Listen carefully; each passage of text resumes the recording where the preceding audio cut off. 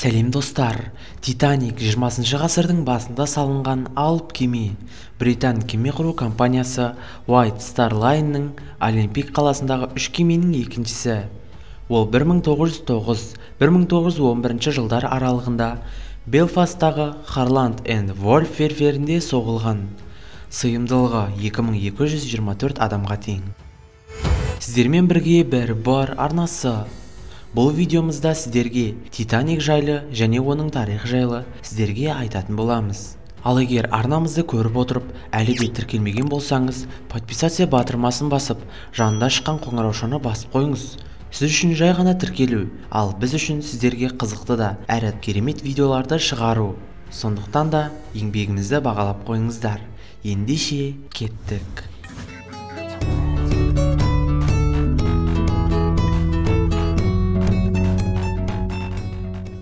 Титаниктің сапарын 62 жастағы капитан Эдвард Смит басқарды. Бұл оның зейнетке шығар алдындағы соңғы теңіз сапары екенін де ескерту қажет. Тағы да баса айтып өтетін жайт, оның көмекшілерінің көбі мұндай теңіздегі ірі сапардан тәжірибесіздер болатын. Тіпті осы рейске шығардан небәрі 4 күн ғана бұрын компанияға жұмысқа кірген теңізшілер де бар еді. Сонымен алып кеме 1912 жылы 10 сәуір күні түсте сапарға шықты. Орнынан қозғала бере Саутгемптон портында тұрған Нью-Йорк кемесімен соқтығысып қала жаздады. Осылайша ол алғашқы адымын ебедейсіз бастаған. Мұны жаман ырымға балағандар болды ма, жоқ па белгісіз. Әуелі Францияның Шербурн, сосын Ирландияның Квинстаун порттарында аялдаған Титаник 11 сәуір күні сағат 11:30-да Атлант мұхитына шығады. Көктем мезгілі болғандықтан мұхиттағы қыс бойы құрсанып жатқан мұздықтар еріп, Лабрадор ағысының бойы қаптаған айсбергтерге, сеңдерге толы болды. Титаниктің байланыс кабинетіне мұхиттағы осынау хал-ахуал жайлы хабарламалар мен ескертулер үздіксіз қоңыраулатып келіп жатты. Ол кезде де мұхитты кезген алып кемелер бір-бірімен әуе толқындары арқылы тығыз байланыста болған. 12 сәуірде-ақ су бетінде қалғыған айсбергтердің тым көптігі жайлы хабарлар радиотелеграф толқындары бойынша келіп түсе бастайды. Кеменің Джек Филлипс бастаған радистері ескертулерге құлақ асу орнына кеменің сапарға шыққанын жаңалық ретінде әлемнің басылымдарына ақпарат түрінде жеткізумен әуреленеді. Бұны да қателік демеске лаж жоқ. Мұздықтар жайлы барлаушылардың құлақтандырып отыру мәселесі екінші орынға ығысады. 14 сәуір күні 13:45-те Америка кемесі Ньюфаундлендтен 620 шақырым қашықтықтан тым үлкен айсбергтердің барын қатаң ескертеді. Сарапшылар Титаниктің түбіне жеткен айсберг дәл осылардың бірі екеніне сеніммен айтады. Бұл хабарлама белгісіз себептермен Титаниктің радистеріне жетпей қалады. Мүмкін жеткенде болар, бірақ барлаушылар бұл ескертуді естімегендері жайлы айтудан танбайды. Хабарлама тым көп келді. Қайсысын айтып, қайсысын айтпайтындығымызды да білмей шатастық дейді радистердің бірі. Бәлкім осы қырсыздықтары апатқа себеп болды, сірә. Апатқа ұшырау. 22:00-де кеме қызметкерлері кезек ауыстырады. Вахтаға капитанның көмекшісі Чарльз Лайтоллердің орнына Уильям Мёрдок келеді. Апатқа ұшырардан алдыңғы соңғы ескерту 22:30-да келіп түседі. Раппаханнок пароходы қаптап жатқан айсбергтерден әзер аман өткені жайлы бұларды құлағдар етеді. Сағат түнгі 23-тен асқанда кемедегілердің алды ұйқыға кете бастайды. Кеменің алдында барлаушы қызметін атқарып Фредерик Флит пен Реджиналд Ли тұрған екенді. 23:30-да бұл екеуі алдан ағарған әлденені көздері шалғандай болады. Алайда мән бере қоймайды.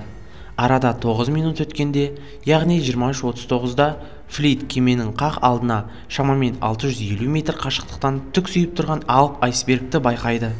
Дереу дабылды 3 рет қағады да телефон арқылы 6-шы көмекші Джеймс Мудиге жалма-жал хабарласады. Кім бар?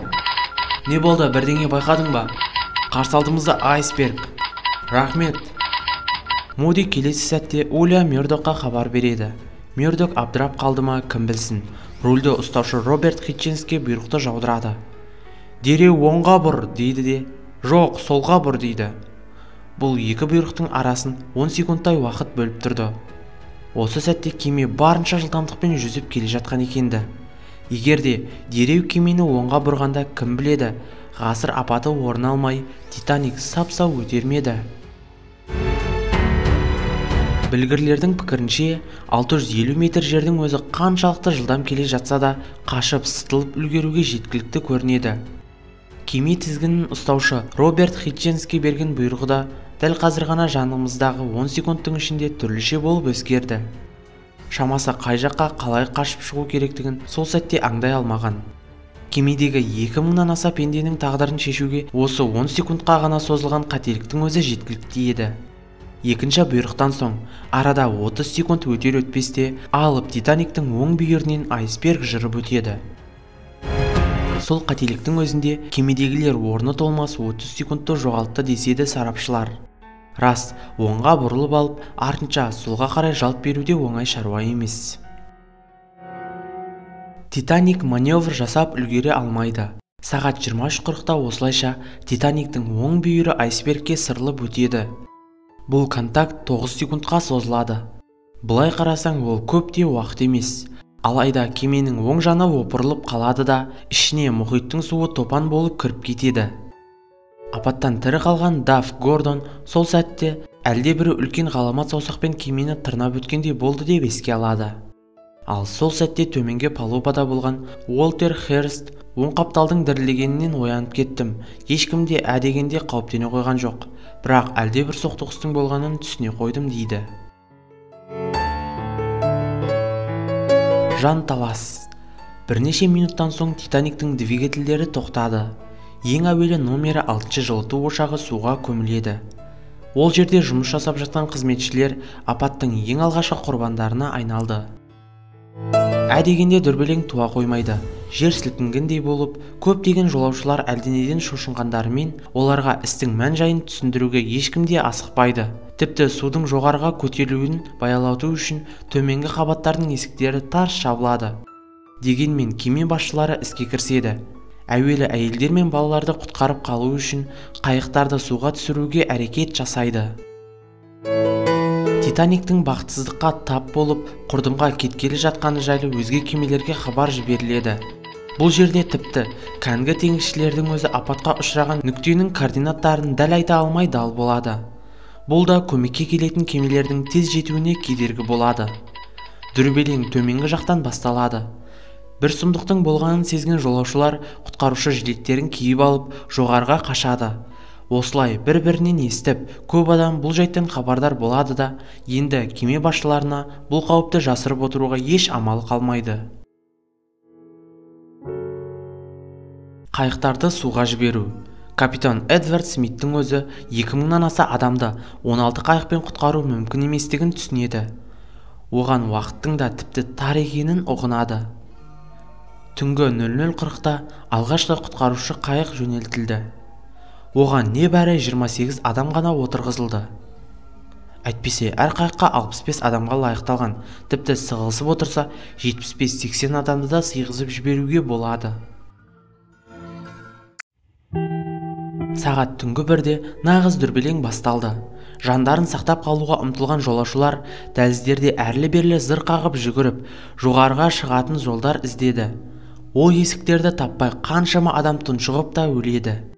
Осы кезде ғана бүкіл кемедегілер түгелді дерлік кеменің суға шөгіп бара жатқанынан хабардар болды. Жан-жаққа тоқтаусыз сигналдар жөнелтіліп жатты. Фейерверктер атылды.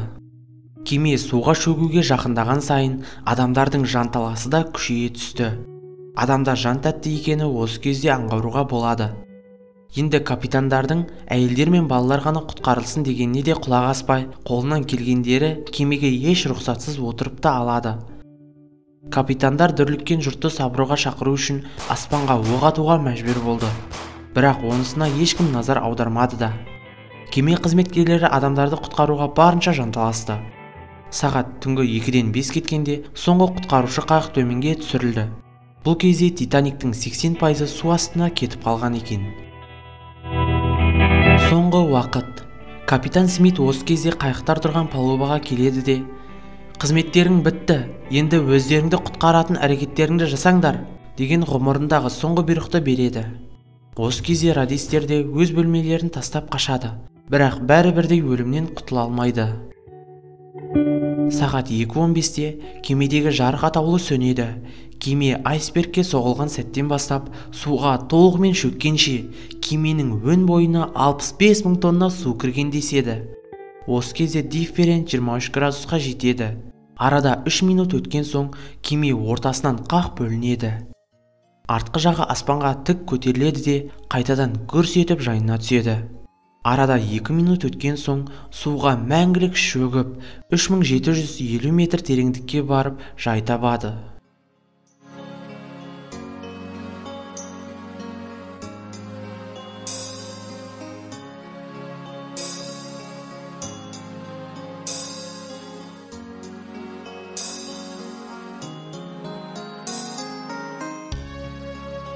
Өзімен бірге 1400 адамды су түбіне алып кетеді. Кеме сүңгіген орында 100 шақты адам тыпырлап судың бетінде қалады. Баз біреулері ағаштың сынықтарын қармап тірі қалуға әрекет жасайды. Әлі де құтқарушылар келіп қалар деген үмітпен. Ауа райының тым суықтығына байланысты көбі тоңып өледі. Сол сәтте мұхиттың суының температурасы -2 градус болған көрінеді. Ал мұндай суыққа тап болған тірі жан ары кетсе жарты сағат қана өмір сүре алады. Апаттан тірі қалған Чарльз Лайтоллер кейін өзінің естелігінде су бетінде қалып кеткен адамдардың кейбірі жүрек талмасынан қайтыс болған. Титаник көз алдарында суға кетіп бара жатқанда айтып келе жатқан ажалды қарсы алуға дәттері шыдамаған деп жазады.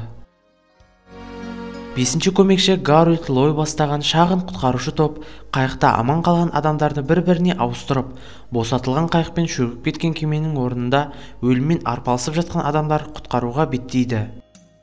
Жансыз қалған сансыз мүрделердің арасынан тірі қалғандарды табу да оңайға түспейді. Бұл құтқару операциясы шамамен 40 минутқа созылады. Нәтижесінде санаулы ғана адамның бағы жанып аман қалады. Қайықта тірі қалған адамдар көкжиекке телмірумен болады.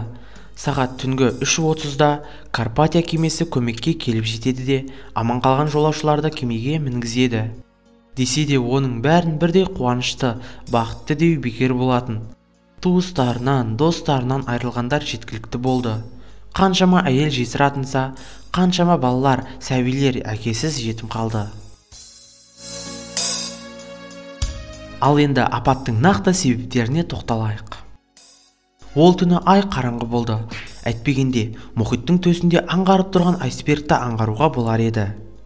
Оның үстіне су бетінде жеңілдеу тұман да бар болатын. Бұл да айсбергті дер кезінде байқауға кедергі болған. Басқа кемелерден келген толассыз ескертулерге қарамастан кеме барынша жылдамдықпен келе жатты. Теңізде жүзудің қауіпсіздік ережесіне баста ауыртпаған. Қауіпті аймақта басқа кемелерден келген хабарламаларды жүре тыңдаған, елемеген. Wine Harline компаниясының басшылары сенсация жасау үшін кемені барынша жылдамдықпен айдап, Америкаға тез жетіңдер деген бұйрық береді.